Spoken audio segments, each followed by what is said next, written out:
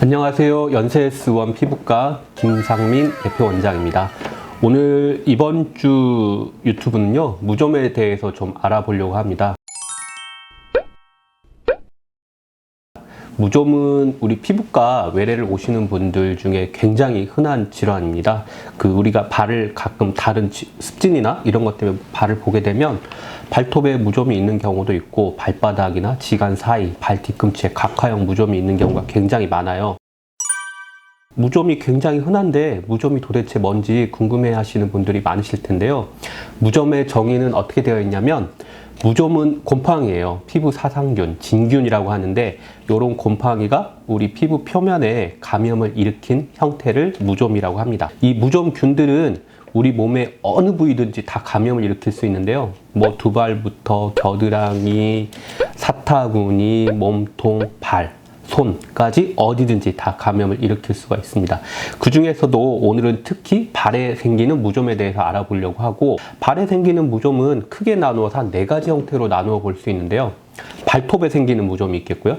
그 다음에 이게 만약에 발이라고 보다면 발가락 사이에 생기는 지간형 무좀이 있고, 발바닥에 생기는 물집 같은 게 조금씩 잡히는 수포형 무좀이 있어요. 그리고 간혹 어떤 분들 보면 발 뒤꿈치에 각질이 되게 두꺼워져 있는 경우가 있거든요. 그런 경우에 거의 무좀인 경우가 많습니다. 그런 경우는 우리가 각화형 무좀이라고 합니다. 그래서 이런 4가지 형태에 따라서 진단도 제대로 해야 되고 치료 방법도 조금씩 다르게 됩니다. 그러면 발톱 무좀은 어떤 증상이 있느냐 하면은, 대개는 무좀이 생기면 무좀이 발톱을 감염시켜서 발톱이 되게 두꺼워지는 경우가 많아요.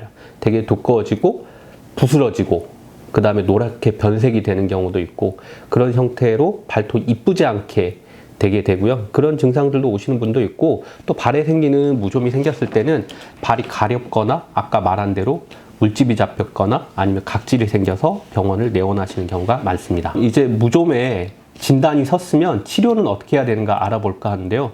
무좀은 치료를 잘 해줘야 됩니다. 왜냐하면 무좀을 다른 습진으로 오인해서 스테로이드 약물을 쓰게 되면 처음에는 좋아지는 것 같지만 나중에 그 무좀이 더 독해져서 병변이 더 심해지는 경우가 있어요. 우리가 이런 거를 자맹백선이라고 하는데, 그래서 정확한 진단이 이루어지면 그에 맞는 치료 방법이 이루어져야 됩니다. 그래서 일단 발톱 무좀인 경우에, 손톱 무좀도 그렇지만 이전에는 다 거의 무좀 약으로 치료를 했어요. 무좀 약이 나오고 나서 발톱 무좀, 손톱 무좀이 치료하기가 굉장히 쉬웠어요. 왜냐하면 약을 물론 오랜 기간 먹어야 되지만 최소 3개월에서 6개월, 무좀이 심한 경우에는 1년 이상 먹어야 됐지만 무좀균이 잘 들었거든요. 근데 요즘에는 발톱 무좀, 손발톱 무좀에 무좀약을 많이 치료했던 기왕력이 있으셔가지고 내성이 많이 생겼어요. 그래서 요즘은 약을 드셔도 이전처럼 잘 치료가 안 되는 경우가 상당히 많습니다.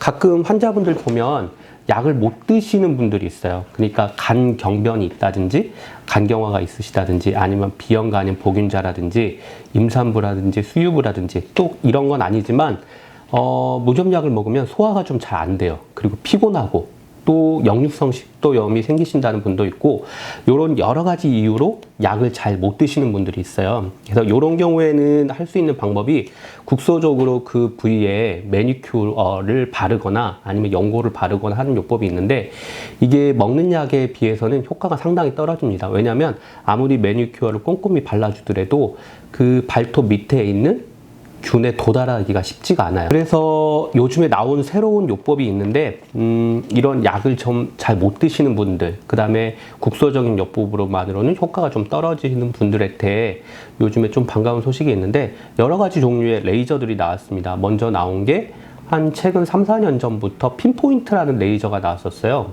요거는 비용은 좀 비싸긴 한데 실손보험 있으신 분들은 비용을 돌려받으실 수 있기 때문에 많이 하시고, 이 핀포인트 레이저는 우리 무좀균이 되게 열에 약해요. 그래서 한 70도 정도 이상의 열을 가해주면 무좀균이 사멸하게 됩니다. 그래서 보통 대개는 한 달에 한 번씩 오셔가지고 그 발톱 부위에 핀포인트 레이저를 맞고 가시고, 또 그 상간에는 우리가 처방하는 주블리아 같은 그 에피나코나졸 성분의 매니큐어 제제가 있어요. 이걸 꾸준히 집에서 도포해 주시면 무좀이 상당히 좋아지는 경우가 많습니다. 최근에 한 2년 전부터 이런 핀포인트 레이저 말고도 누놀라나 그 오니코 같은 그 광원을 이용한 레이저들이 나왔어요. 이건 뭐냐면 그 레이저에서 635 파장하고 405 파장 나노미터의 두 가지 파장이 나와서 이거를 이건 일주일마다 한 번씩 하는데 20여 분 정도 발에 광원을 조사하고 가시면 거기서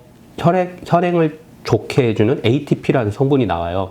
혈액순환도 좋게 해주고 면역력도 좋게 해주죠. 그래서 무좀균을 치료해주고 또 하나는 ROS라는 활성화산소가 나와서 그 무좀균의 세포벽을 파괴합니다. 그래서 무좀균을 사멸시키는 원리를 이용하는데 약을 복용하기 힘든 분들 아니면 다른 사유가 있어서 약을 복용하기 힘든 분들은 되게 일주 간격으로 오셔서 오니코 레이저를 받으시고 그 사이사이 한 달에 한 번씩은 핀포인트 레이저를 하시고 그거 플러스 집에 가셔서는 아까 말씀드린 주블리아 같은 에피나코나졸 성분의 매니큐어를 꾸준히 바르시고요. 그 다음에 발가락 사이나 이런 곳에도 연고를 처방해서 바르게 하고 있습니다. 그러면은 치료 효과가 상당히 좋으시고, 근데 우리가 발톱 무좀이 치료가 어려운 이유는 뭐냐면 발톱은 우리가 피부에 생긴 이런 곰팡이 병변처럼 드라마틱하게 확확 좋아지는 건 아니고 어느 정도 좋아지는 데는 한 최소한 3개월 정도의 시간이 걸리니까 병원 담당 의사 선생님 말씀 잘 따르면서 꾸준히 치료하시면